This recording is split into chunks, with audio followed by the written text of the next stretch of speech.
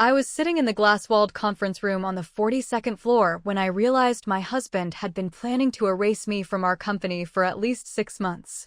The view of downtown San Francisco stretched behind me, the bay glittering in the late afternoon sun, and I remember thinking how beautiful everything looked even as my world was actively ending.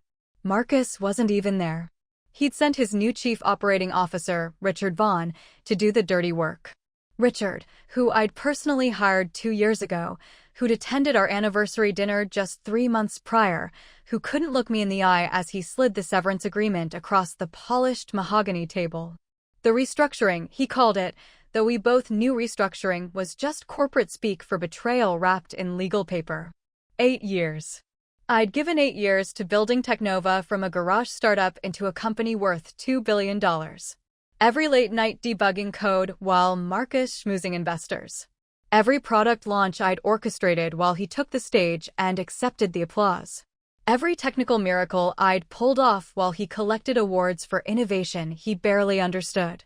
And now, apparently, my services were no longer required. But let me take you back to the beginning, to show you exactly how I got here. How a series of small betrayals built into something catastrophic.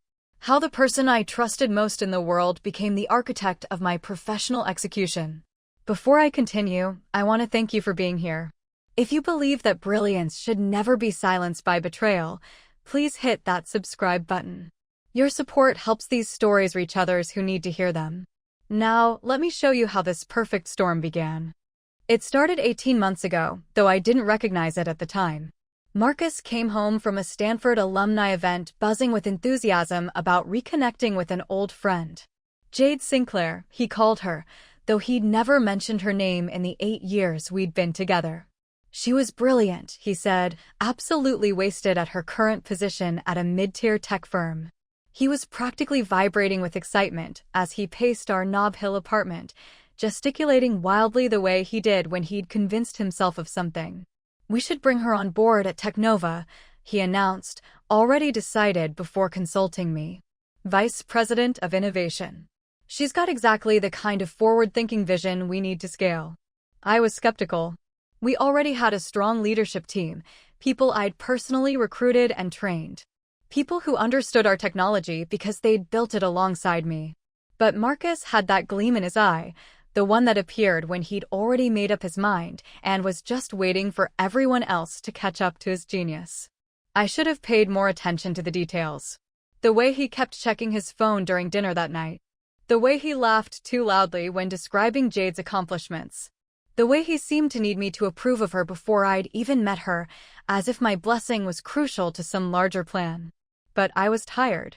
I'd just finished leading our team through a critical system migration that had consumed 3 weeks of 18-hour days.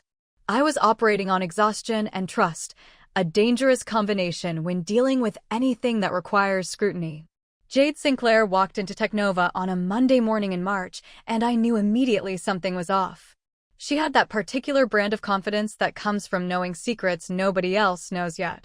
Her handshake was firm but brief, her smile professional but calculating. She dressed like someone performing the role of tech executive rather than being one. All sharp blazers and statement jewelry that seemed designed to distract from the fact that her questions about our technology were surprisingly superficial for someone hired as Vice President of Innovation. But Marcus was enchanted. He personally gave her the office tour, introduced her to every department head, made sure everyone knew she had his full support and confidence. I watched from my own office, the one I'd earned through 8 years of 16-hour days and technical breakthroughs, and felt something cold settle in my chest. Not quite suspicion yet, but not comfort either. Something in between, like the moment before you realize you've made a terrible mistake, but haven't quite identified what it is yet. Jade's first week was a masterclass in corporate infiltration, though I wouldn't understand that until much later. She scheduled one-on-one meetings with every senior team member, asking questions that seemed innocuous, but were actually reconnaissance. What projects was I leading? What was my management style? Who were my closest allies in the company? What systems did I have exclusive access to? She took notes in a leather portfolio that probably cost more than my team's monthly coffee budget, nodding thoughtfully as people spoke, performing the role of engaged listener while actually cataloging vulnerabilities. She was particularly interested in our upcoming Project Helios, the quantum computing breakthrough I'd been developing for 2 years. The project that would revolutionize data encryption and put TechNova decades ahead of our competitors. The project that was so sensitive, we'd kept it compartmentalized, with only 5 people having full access to the research and development. I'd led that team personally, shepherding it through countless obstacles, solving problems that shouldn't have been solvable. It was my legacy project, the work that would define my career. Jade asked about it during our first private meeting, her tone casual, but her eyes sharp. Marcus mentioned something about a quantum initiative, she said, examining her manicured nails with practiced disinterest. Sounds fascinating. I'd love to learn more when you have time to brief me. Something in her voice made my instincts flare. The way she said Marcus mentioned, as if they'd been having private conversations about my work. The way she assumed access to classified projects in her first week. The way she looked at me, like she was measuring something, calculating trajectories I couldn't see yet. I gave her the public pitch, the sanitized version we used for board presentations and investor meetings. General concepts without specific implementation details. She nodded along, but I caught something in her expression. Disappointment, maybe. Or frustration that I wasn't handing her everything on a silver platter. She left that meeting empty-handed, and I told myself I was being paranoid, that the exhaustion from recent projects was making me see threats where none existed. I should have trusted my instincts. The first real warning sign came 6 weeks after Jade's arrival. Marcus started having private dinners with her after work, strategy sessions he called them, though he'd never needed strategy sessions with any other executive. When I asked to join, he deflected with practiced ease. It's just boring operational stuff, babe, nothing technical. You'd be bored to tears. Besides, you're always complaining about not having enough personal time. Take the evening for yourself. The words were considerate, but the subtext was clear. I wasn't invited. I tried to rationalize it. Marcus had always been social, always networking, always building relationships. This was probably the same thing, just his management style applied to a new executive. But then I noticed other things. The way Jade would reference conversations I hadn't been part of during leadership meetings. The way Marcus would instinctively turn to her first when discussing future planning, as if my opinion had become optional. The way they'd sometimes share a look across the conference table, some private joke or understanding that excluded everyone else in the room. My team started noticing too. Carlos, my lead architect who'd been with me since year 1, pulled me aside after a particularly strange meeting where Jade had confidently made claims about Project Helios that were completely wrong. And Marcus had nodded along as if she'd revealed profound wisdom. "Boss," he said quietly, his expression troubled. "Something's not right here. She doesn't understand the technology, but she's positioning herself like she does. And Marcus is letting her." I told Carlos I'd handle it, though I had no idea how. Then came the exclusions. Meetings about company direction that I wasn't invited to. Strategic planning sessions that somehow happened without the chief technology officer. Budget discussions about my own department conducted in my absence. I'd find out about major decisions through email chains I'd been accidentally copied on, or worse, through my own team members who'd heard about changes through the grapevine. Each exclusion felt like a small death, a systematic erasure of my authority and presence in the company I'd built. When I confronted Marcus about it, he employed the gaslighter's favorite weapon: concern for my well-being. "You seem stressed lately, Elena," he said, his voice dripping with false sympathy. "I've been trying to reduce your workload, give you space to focus on the technical work you love instead of all the administrative burden. I thought I was doing you a favor." He made it sound so reasonable, so considerate, that I almost believed him. Almost convinced myself that being systematically excluded from company leadership was actually a gift. But I noticed something else during that conversation.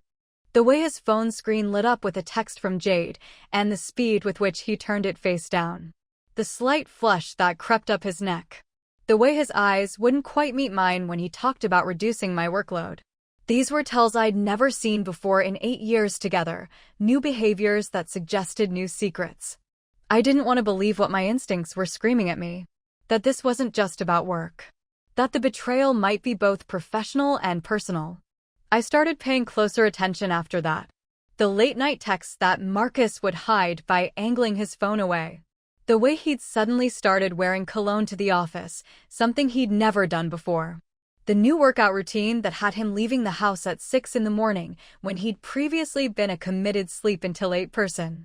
The way he'd started dressing better, caring more about his appearance, exhibiting all the classic signs of someone trying to impress someone new.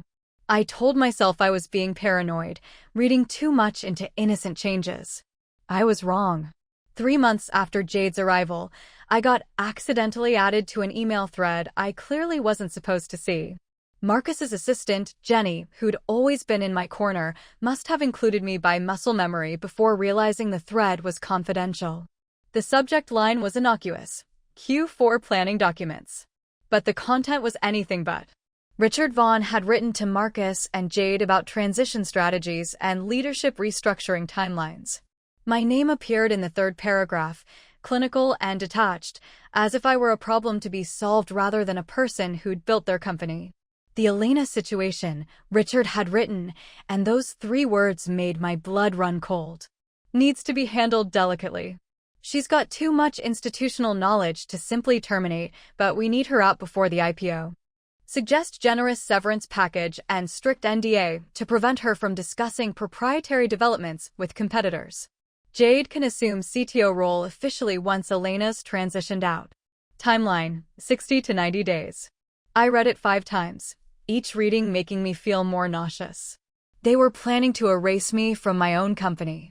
And they'd been planning it for months. I forwarded the email to my personal account before it could be recalled, my hands shaking so badly I could barely type. Then I sat at my desk, surrounded by 8 years of work, and understood something fundamental about betrayal. It's not the moment when you discover it that destroys you. It's all the moments before, when you were being lied to and manipulated and you didn't know it. All those dinners and meetings and strategy sessions had been about removing me, and I'd been so focused on my work, so trusting of the man I'd married, that I'd missed every single warning sign. That night, I did something I'd never done before. I accessed Marcus's computer while he was in the shower. I knew his passwords because we'd always been open with each other, or so I'd believed. His laptop yielded a treasure trove of information that made the email seem gentle by comparison. There were messages between Marcus and Jade going back 16 months. Not just professional collaboration, but intimate exchanges that made me want to throw the computer across the room. My brilliant wife, Marcus had written, has no idea how replaceable she's become. Jade's response: good. Keep it that way until we're ready. But the personal betrayal, as devastating as it was, paled in comparison to what else I found. Encrypted files showing that Jade had been systematically selling elements of my Project Helios research to TechNova's biggest competitors. Small pieces, carefully distributed so no single company got the full picture, but together representing millions in lost competitive advantage. She'd been spying on my work from day one, with Marcus's full knowledge and cooperation. They weren't just planning to remove me. They were planning to profit from stealing my innovations. The files showed a sophisticated operation. Jade had been using her position at her previous company to establish relationships with our rivals, dangling tantalizing hints about breakthrough technology they could access through the right channels. Then she'd positioned herself at TechNova specifically to gain access to my work. Marcus had known. He'd recruited her for exactly this purpose. The affair was probably just a convenient bonus, a way to ensure complete loyalty and cooperation. They'd been conspiring against me since before she'd even walked through our doors. I spent that entire night downloading everything onto encrypted drives. Every email, every file, every piece of evidence that showed exactly what they'd been doing. Marcus slept peacefully in our bed while I systematically documented his betrayal in excruciating detail. By dawn, I had enough evidence to destroy both of their careers. The question was what to do with it. I could go public immediately, blow everything up, satisfy the screaming rage that wanted to burn their world down. Or I could be strategic, patient, wait for the perfect moment when my revenge would do maximum damage. I chose patience. And that decision would prove to be the smartest move I'd ever made. The next 6 weeks were the most excruciating performance of my life. Every morning, I kissed my husband goodbye, knowing he was planning my professional execution. Every day, I smiled at Jade during leadership meetings, knowing she was actively stealing my life's work. Every night, I came home and pretended everything was normal while gathering more evidence, documenting more betrayals, building a case so airtight that no lawyer in the world could defend against it. I felt like I was living in a spy thriller, except the villain was the person who promised to love me forever. I started noticing other things during this period of hypervigilance. The way Richard Vaughn had been systematically excluding me from key investor meetings. The way the board had started asking Marcus for technical explanations instead of coming to me directly. The way my access permissions to certain systems had been quietly downgraded, so subtle I almost didn't catch it.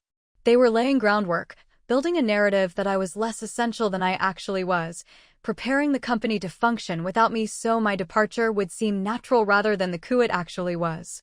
I also noticed something they hadn't anticipated. My team was loyal in ways Marcus couldn't understand because he'd never actually built anything himself. Carlos started leaving me encrypted messages about changes being made to Project Helios behind my back. Priya, my quantum specialist, documented every time Jade asked invasive questions about our security protocols. Even Jenny, Marcus's own assistant, began subtly warning me about meetings I was being excluded from. These people weren't just coworkers. They were allies who recognized what was happening even if they didn't know the full scope. The board meeting where they executed their plan was scheduled for a Tuesday in September.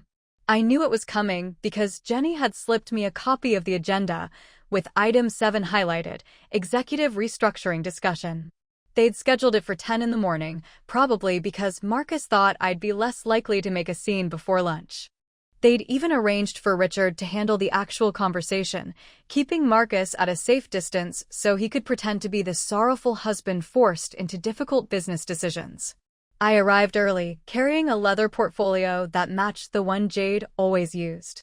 Inside was every piece of evidence I'd gathered over 6 weeks of investigation.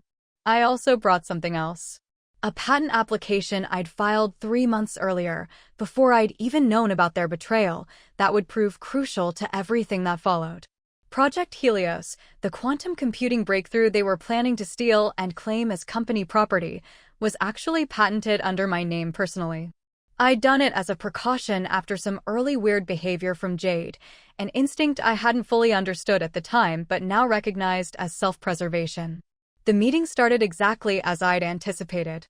Richard, looking uncomfortable in his expensive suit, delivered the news with corporate precision. The company was reorganizing its leadership structure to better position for the upcoming initial public offering. My role as CTO would be transitioned to Jade Sinclair, who would bring fresh perspective and innovation to the position. I would be offered a generous severance package, including $500,000, continued benefits for 18 months, and a glowing recommendation. All I had to do was sign the non-disclosure agreement and non-compete clause. Simple. Clean. Final. Marcus sat at the far end of the table, performing the role of reluctant executive making tough choices. He wouldn't look directly at me, kept his eyes on his phone, occasionally nodding as Richard spoke. Jade sat beside him, trying to maintain a neutral expression, but failing to hide the satisfaction in her eyes. She'd won, or so she thought. She'd infiltrated the company, seduced the CEO, stolen the technology, and now she was claiming the title that should have been unassailable. The board members looked uncomfortable, but they'd clearly already been briefed and convinced that this was the right move. I let Richard finish his entire presentation. Took my time reading through the severance agreement even though I'd seen a draft of it weeks earlier. Let the silence stretch until it became uncomfortable for everyone in the room. Then I closed the portfolio with a definitive snap that made several people jump. "Thank you for that comprehensive explanation, Richard," I said, my voice steady and professional. "I appreciate the company's generous offer. However, I'm afraid I can't accept it." The confusion on their faces was almost worth the months of betrayal. Before anyone could respond, I opened my own portfolio and began distributing packets. One for each board member, one for Marcus, one for Jade, one for Richard. They were thick, professionally bound, with a cover page that read, "Evidence of corporate espionage, patent infringement, and fraud." I watched the color drain from Jade's face as she opened hers. Watched Marcus's hands start to shake as he flipped through pages of his own messages, printed out for everyone to see. Watched the board members' expressions shift from confusion to shock to anger as they processed what they were reading. The next 30 minutes were spectacular. I laid it out with the same precision I used for technical presentations, each piece of evidence building on the last. Jade's history of corporate espionage at her previous company, something Marcus had never bothered to check before hiring her. The systematic theft of my research and its sale to competitors, complete with financial transactions traced through offshore accounts. Marcus's full knowledge and cooperation with the scheme, proven through hundreds of emails and messages. And finally, the critical detail that changed everything, my personal patent on Project Helios, making their planned IPO based on stolen technology legally impossible. One board member, Christine Yang, who'd always struck me as sharp and uncompromising, stood up so fast her chair rolled backward into the wall. "This is what you brought us here to approve?" She was looking at Marcus with undisguised disgust. "You wanted us to sign off on removing the one person who actually owns the technology that makes this company valuable?" Her voice kept rising with each word. "Do you understand what you've done? What you've exposed us to? We could lose everything.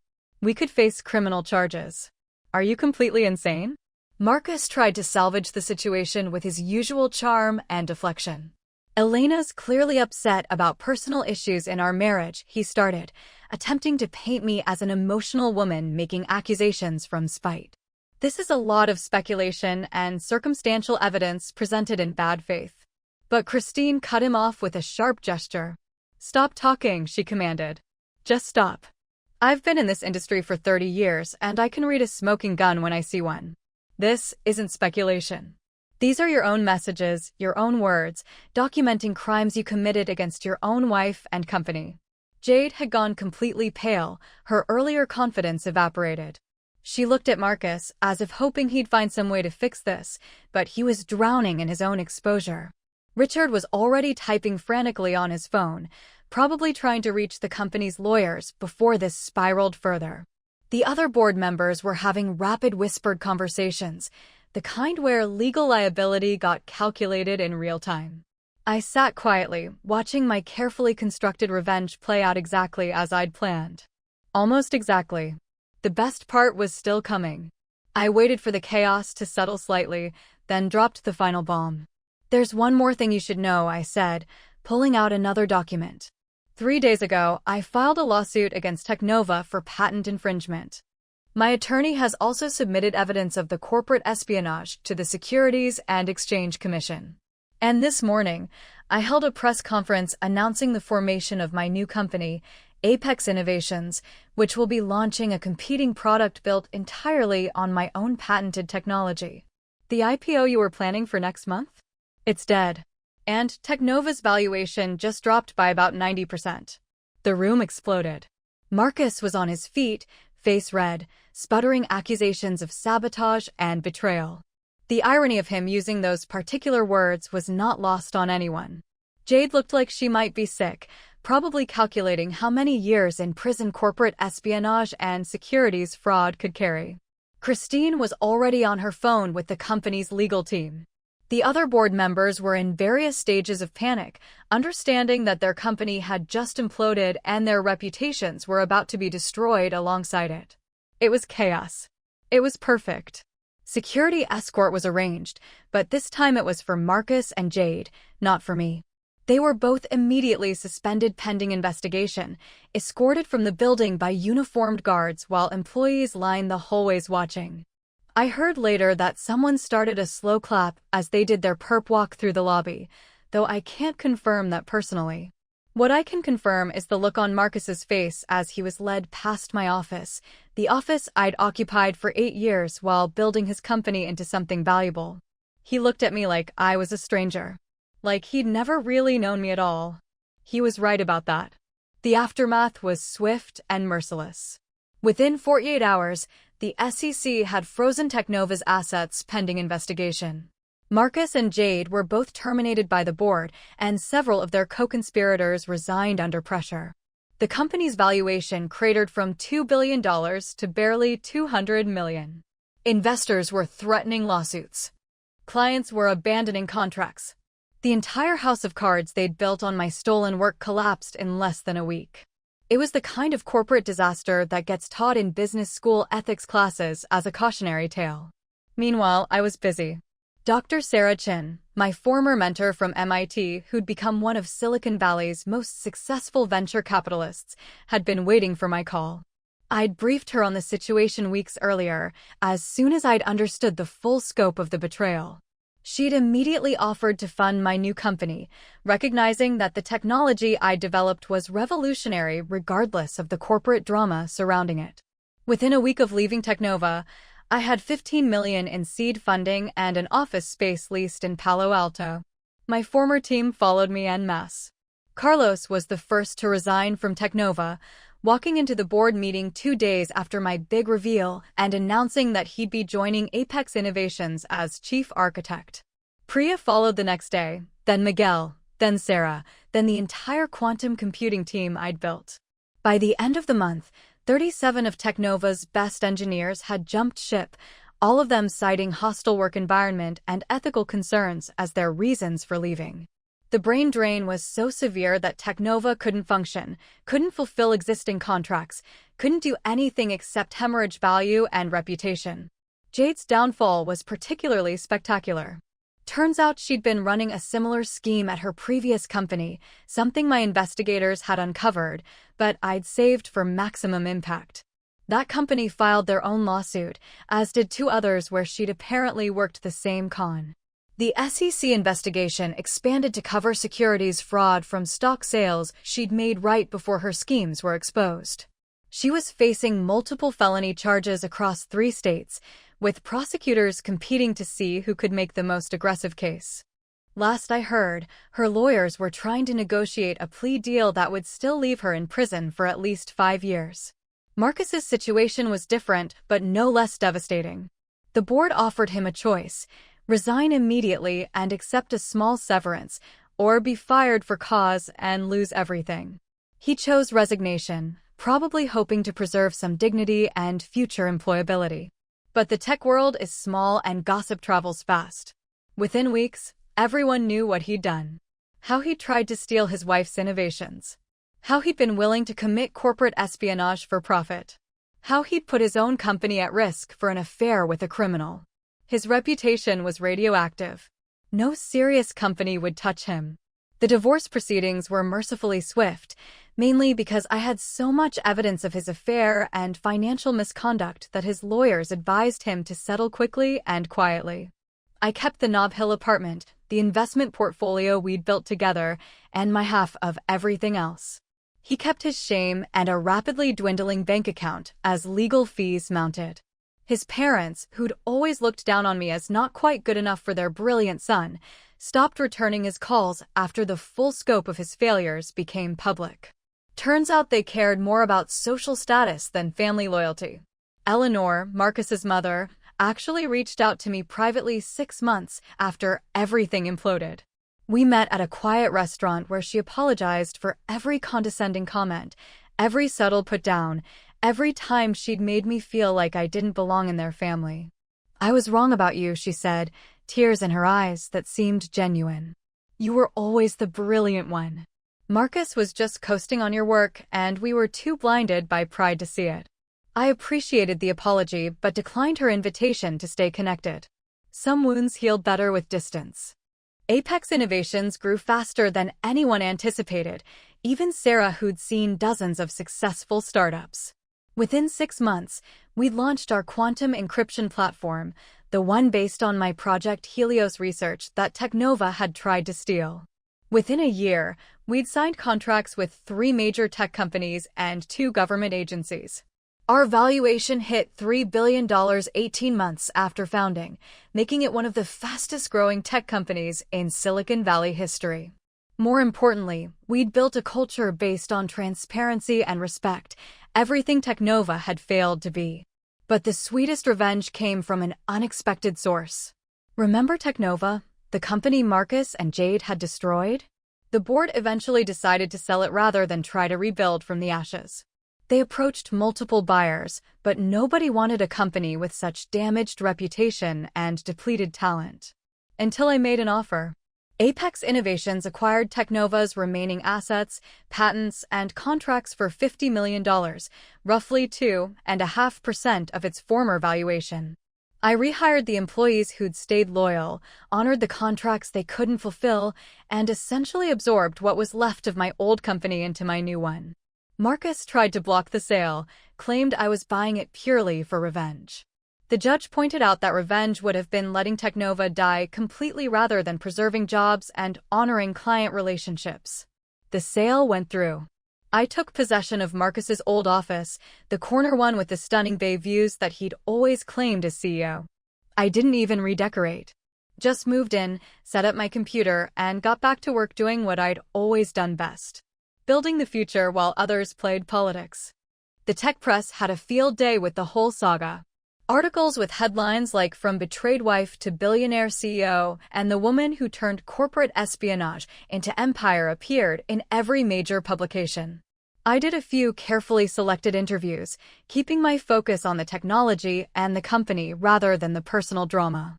But I made sure certain facts were always included, that I'd built TechNova's core technology, that Marcus had tried to steal it, that Jade had attempted to sell it to competitors, and that their betrayal had ultimately led to their own destruction. The truth was damaging enough without embellishment. Jade eventually took a plea deal that sent her to federal prison for 7 years. Marcus avoided criminal charges, but faced a mountain of civil lawsuits from investors who'd lost money on TechNova's collapse. Last I heard, he'd filed for bankruptcy and was working as a consultant for a mid-tier firm, the kind of position that would have been beneath him in his CEO days. His LinkedIn profile still listed him as founder of TechNova, as if that title wasn't now synonymous with catastrophic failure and ethical bankruptcy. Some people never learn. I discovered something interesting during the aftermath. Jade had been targeting other women in tech, using similar schemes to steal their work and advance her own career. One of them, a brilliant young engineer named Aisha, had been her intended next victim when I exposed the whole operation. Aisha reached out to thank me, explaining that she'd noticed warning signs but didn't trust her instincts. My very public revenge had saved her career before it could be sabotaged. That's when I started the mentorship program that became a core part of Apex Innovations' mission. We now dedicate resources to identifying and supporting women in tech who show exceptional promise, but lack the networks and backing to succeed. Not as charity, but as strategic investment in talent that others overlook or undervalue. 50 young women have gone through our program in the past 2 years, and several have already founded their own successful companies. Some people called it generous. I called it building an army of brilliance that would ensure the next generation didn't have to fight the battles I did. Though they should definitely be prepared to fight if necessary.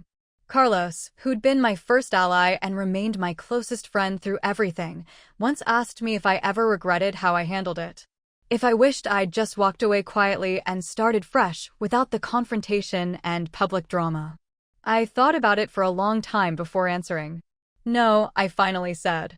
They wanted to erase me quietly, make me disappear as if I'd never contributed anything meaningful. They deserve to be exposed loudly, to have their betrayal documented and publicized so thoroughly that everyone understood exactly what they'd done. Silence protects abusers.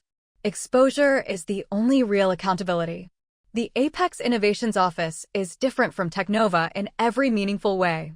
Open floor plan instead of status-segregated offices. Transparent decision-making instead of secret executive meetings. Profit sharing for all employees instead of stock options that only benefit the top tier. We celebrate technical achievement with the same energy most companies reserve for sales numbers. When someone solves a difficult problem, the whole company knows about it. When someone fails while taking a smart risk, we analyze the learning rather than assigning blame. It's the culture I wanted to build at TechNova but couldn't because I was married to someone who saw employees as resources to exploit. Sarah Chin, my mentor-turned-investor, told me something profound about 6 months into Apex's explosive growth. "You know why this is working so well?" she asked during one of our monthly strategy dinners. "It's not just because you're brilliant, though you are. It's because Betrayal taught you what loyalty is actually worth. Most founders have to learn that through business failure. You learned it through personal devastation, which made you fundamentally different as a leader. You built this company to be the antidote to everything TechNova was. People feel that authenticity. They trust it. That's why they're following you." She was right, though I wouldn't have admitted it at the time. Every policy at Apex, every cultural norm, every way we structured teams and made decisions was a deliberate rejection of what Marcus had built. Where he had been secretive, I was transparent. Where he had hoarded credit, I distributed recognition. Where he had built hierarchies based on politics and personal loyalty, I built systems based on competence and merit. It wasn't just about building a successful company. It was about proving that success didn't require the kind of toxic behavior that had become normalized in Silicon Valley. The personal healing took longer than the professional triumph. For months after the divorce, I'd wake up at 3 in the morning with my mind racing through every moment I'd missed, every warning sign I'd ignored, every time I'd trusted when I should have questioned. I went to therapy, something I'd never considered before because I'd always prided myself on being mentally strong and self-sufficient. My therapist helped me understand that being strong doesn't mean being invulnerable. That trusting people isn't weakness. That being betrayed says more about the betrayer than the betrayed. I dated cautiously after the divorce, always waiting for the betrayal I now expected. But then I met Dr. James Wu at a quantum computing conference in Geneva. He was a researcher at CERN, completely outside the Silicon Valley ecosystem, unimpressed by valuations and venture capital drama. Our first conversation was a 3-hour debate about quantum entanglement applications that started at a networking reception and ended at a coffee shop at midnight. He had no idea who I was, hadn't followed the TechNova scandal, and was genuinely shocked when I mentioned running a company. "I thought you were just another researcher," he said, laughing. "You talk about the science like someone who actually cares about it rather than what it can be monetized for." That authenticity, that complete disconnection from the world that had destroyed my marriage, was exactly what I needed. We've been together now for a year, taking it slow, building trust through consistent honesty rather than grand gestures. He understands when I work late because he does the same. He celebrates my technical breakthroughs with genuine enthusiasm rather than seeing them as threats to his ego. He's never once asked me to be smaller, quieter, less brilliant to make him comfortable. It's the relationship I didn't know was possible until I stopped settling for less than I deserved. The tech industry itself has slowly been changing, partly because stories like mine kept happening and finally reached a critical mass where they couldn't be ignored anymore. More women in leadership positions. More transparency about compensation and equity. More consequences for executives who abuse power or engage in misconduct. It's not perfect, nowhere close, but it's better than it was. And every time another woman tells her story of workplace betrayal and fights back instead of disappearing quietly, the calculus shifts a little more toward accountability. I received a message from Marcus about a year after everything ended. It came through LinkedIn of all places, a long rambling note that tried to reframe history and claim some kind of moral high ground. He wrote about how ambitious I'd become, how the success had changed me, how he'd only wanted what was best for the company. There was no real apology, no acknowledgement of his actual betrayal, just a narcissist's attempt to rewrite the narrative where he was the victim of my cold ambition rather than the architect of his own destruction. I read it once, blocked him, and never thought about it again. Some people will die before admitting they were wrong. Jade sent a letter from prison about 6 months into her sentence. Unlike Marcus's self-serving revisionism, hers was something closer to genuine remorse, though it was hard to tell how much was real versus strategic positioning for parole hearings. She wrote about how she'd convinced herself that everyone in tech was playing the same game, cutting corners and stealing ideas, and she was just being honest about it. She claimed she'd never meant to hurt me personally, that it was just business, that she'd been caught up in Marcus's manipulation and charisma. I didn't respond. Her regret, real or performed, didn't undo the damage or earn my forgiveness. But I did something unexpected with both of those messages. I saved them. Not as trophies or for any sense of satisfaction, but as reminders. Reminders that betrayal often comes wrapped in justification and self-deception. That people will rewrite history to preserve their own self-image rather than confront uncomfortable truths about themselves. That apologies without changed behavior are just more manipulation. I keep them in a folder labeled "Never Forget" on my secure drive, along with all the original evidence from their scheme. Not because I need revenge anymore, but because success makes you forget the lessons that got you there. The mentorship program I started has become my proudest achievement, possibly even more than Apex's financial success. We've created something called the Phoenix Initiative, named specifically for the idea of rising from ashes of professional destruction. It's not just for women who've been betrayed or sabotaged, though many of them find their way to us. It's for anyone in tech who's been underestimated, overlooked, or actively suppressed because they don't fit the traditional founder mold. We provide funding, mentorship, technical resources, and most importantly, a community of people who understand what it's like to have your work stolen and your contributions erased. Last month, one of our Phoenix Initiative ments, a woman named Keisha who'd been forced out of her startup by her male co-founders, secured $40 million in series of funding for her artificial intelligence company. She credited the program with teaching her not to internalize the gaslighting, to document everything, and to know her worth regardless of who tried to diminish it. At her funding announcement, she wore a t-shirt that said, "They tried to bury me but didn't know I was a seed." I cried watching her pitch, seeing her confidence and clarity, knowing that she wouldn't waste years of her life doubting herself the way I had. The tech industry has a short memory and a hungry appetite for redemption narratives, which meant people eventually started asking me if I'd ever forgive Marcus. If there was a path to reconciliation, or at least peaceful coexistence. The question always annoyed me because it revealed a fundamental misunderstanding of what forgiveness means. Forgiveness isn't about restoring relationships or pretending betrayal didn't happen. It's about releasing the anger so it stops consuming your energy and attention. I forgave Marcus in that sense, not because he deserved it, but because hating him was exhausting and unproductive. But forgiveness doesn't require reconciliation or redemption. Some bridges should stay burned. 3 years after founding Apex Innovations, we went public ourselves. The IPO that Marcus had wanted for TechNova, the one that would have been built on my stolen work, instead happened for my company built on my openly acknowledged innovations. We priced at $75 per share and closed the first day at $112. The valuation hit $8 billion, making me one of the youngest self-made female billionaires in tech. Forbes did a cover story. Fortune named me Executive of the Year. Time included me in their Most Influential People issue. It was surreal, overwhelming, and deeply satisfying in ways that had nothing to do with the money. But the best moment came during the IPO celebration. My entire team was there, the original 15 who'd followed me from TechNova plus the hundreds we'd hired since. Carlos gave a toast that made everyone laugh and cry in equal measure, talking about how we'd built something worth more than its valuation because it actually valued people. Priya presented me with a framed photo from that first week in our scrappy office, all of us exhausted and terrified and hopeful. Dr. Chin raised her glass and said, to Elena, who proved that loyalty to your own brilliance matters more than loyalty to people who don't deserve it. And then Jenny, Marcus's former assistant who'd risked her own position to warn me about the conspiracy, stood up with tears streaming down her face. "You gave me my career back," she said. "When I resigned from TechNova to join you, everyone said I was crazy to follow someone who'd been fired.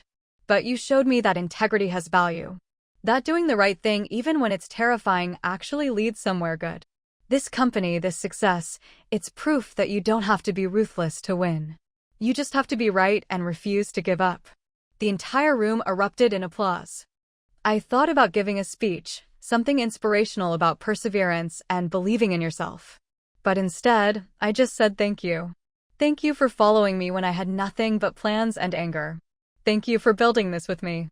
Thank you for proving that loyalty goes both ways. And thank you for being the kind of people who make success actually mean something. Then I raised my glass and added one more thing, to everyone who tried to erase us and accidentally gave us the motivation to build something better. We should send them fruit baskets. The laughter was genuine and joyous, the kind that comes from shared survival. The industry watchers love to frame my story as a revenge tale, and I suppose on some level it is. But revenge was never the goal, just a satisfying side effect. The real goal was refusing to be erased. Refusing to let someone else claim my work, my contributions, my value. Refusing to disappear quietly into a generous severance package and non-disclosure agreement.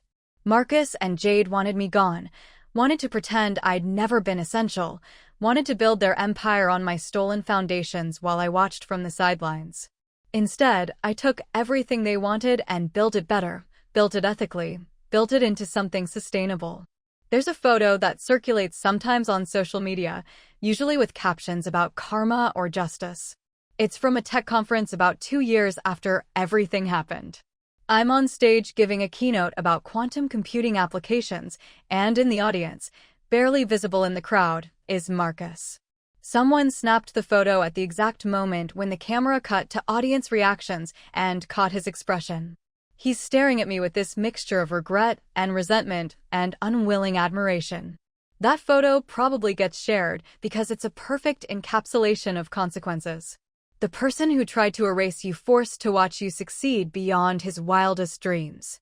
But I don't actually think about Marcus much anymore.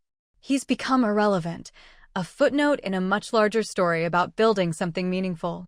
Sometimes people ask me if I ever wonder what would have happened if he hadn't betrayed me, if we'd actually built TechNova together the way I'd believed we were doing. The answer is no, because I've seen what happens in that timeline. I would have kept building his company while he took credit. Kept making him successful while remaining in his shadow. Eventually burned out or been pushed out anyway because men like Marcus always need someone to blame for their own inadequacies. The betrayal, as devastating as it was at the time, actually saved me from wasting more years on someone who never valued me properly. The lessons from that experience inform everything about how I run Apex. We have a strict anti-retaliation policy for employees who report misconduct. We do regular anonymous culture surveys and actually act on the feedback. We track promotion rates and compensation by gender and ethnicity to catch bias before it becomes systemic. We make our executives accessible rather than isolated in corner offices. We celebrate technical achievement as loudly as business wins. None of these policies are radical or innovative, they're just basic respect operationalized into corporate structure. But they're revolutionary in an industry that's built on exploitation and ego. Last month, a young entrepreneur reached out asking for advice. She discovered her business partner was trying to edge her out of the company they'd built together, using almost the exact playbook Marcus had tried on me. She was terrified, unsure whether to fight or accept a buyout and move on. I told her what I wish someone had told me earlier: document everything, trust your instincts, and never accept less than what you're worth just to avoid conflict. Then I connected her with Margaret, who'd become one of the country's top attorneys for corporate whistleblowers and intellectual property disputes. Sometimes the best revenge is making sure the next person doesn't have to learn these lessons alone. The tech world loves a comeback story, but what I built wasn't a comeback. It was a completely new beginning that happened to use skills and knowledge from my old life. Apex Innovations shares no DNA with TechNova except for the people who chose to follow me. We're not the same company with new leadership. We're a fundamentally different organization built on fundamentally different values.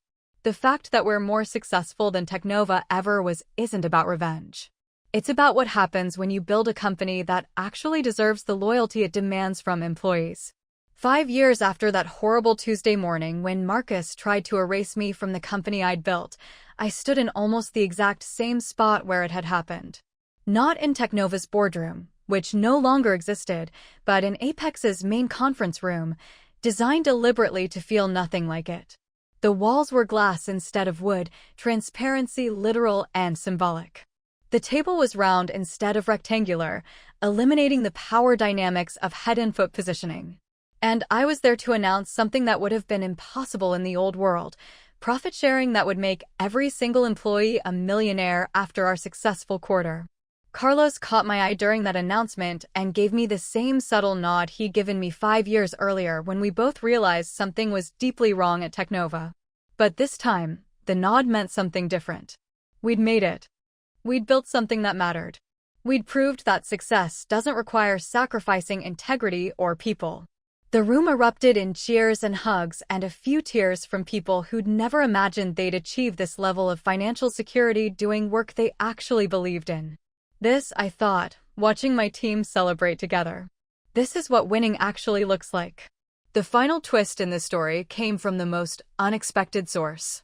Eleanor, Marcus's mother, called me about 6 months ago with an unusual request. She wanted to fund a scholarship through Apex's Phoenix initiative specifically for women in tech who'd experienced workplace betrayal or discrimination. I almost refused, suspicious of her motives and unwilling to let the Harrington name anywhere near what I'd built. But then she explained. "My son destroyed his own life and almost destroyed yours," she said, her voice heavy with a grief that sounded genuine. "I can't undo that. But I can help ensure other women have the resources to fight back instead of disappearing quietly the way his father made so many women do over the years. Consider it reparations from one generation to the next." I accepted, but only under strict conditions. The scholarship would be anonymous, with no public connection to her or the Harrington name. It would be substantial enough to actually make a difference, not a token gesture. And she would have no control over who received it or how it was used. She agreed to everything without negotiation.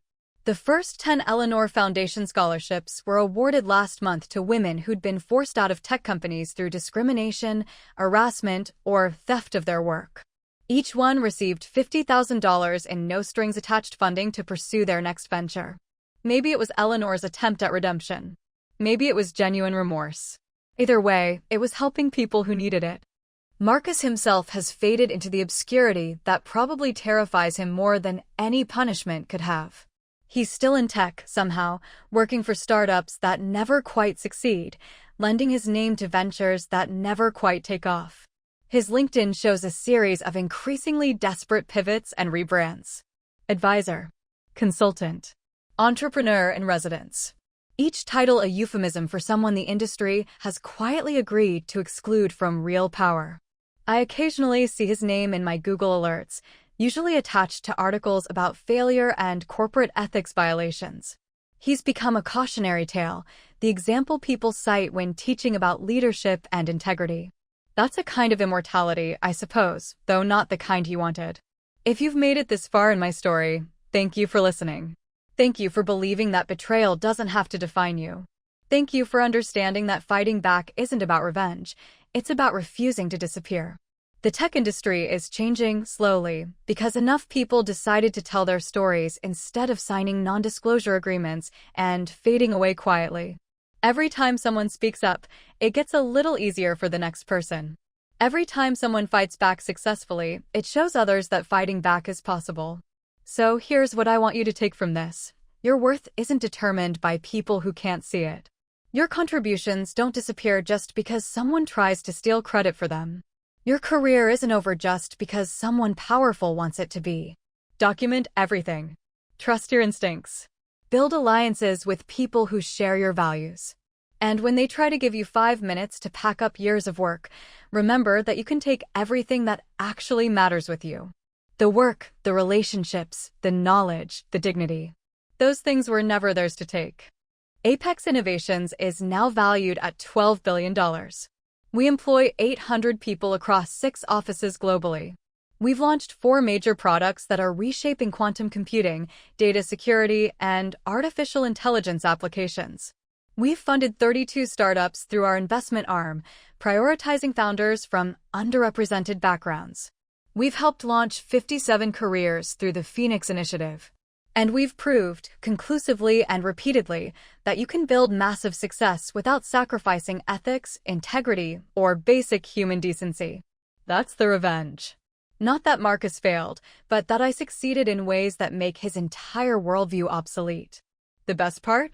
I wake up every morning excited about the work. Surrounded by people I trust and who trust me.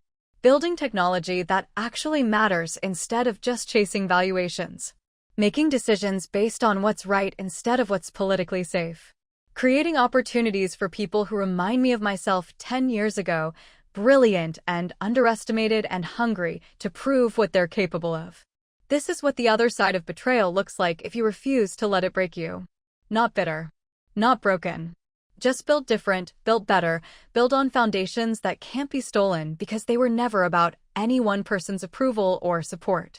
So thank you, Marcus, for teaching me that lesson the hard way. Thank you for showing me that I never needed you.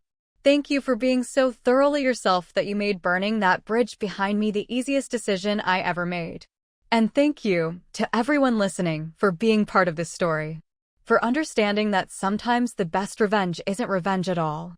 It's just living so well that your betrayer becomes irrelevant while you become inevitable. If this story of corporate espionage, personal betrayal, and ultimate triumph resonated with you, do me a favor and hit that like button right now. My favorite moment was when Elena revealed she'd personally patented the technology they were trying to steal, turning their entire scheme into career suicide. What was yours? Drop your thoughts in the comments below. And if you want more stories about people who refuse to be erased and built empires from the ashes of betrayal, make sure you're subscribed with notifications on. These stories matter. Your support helps them reach the people who need to hear them most. Thanks for being here. Now go build something they can't take from you.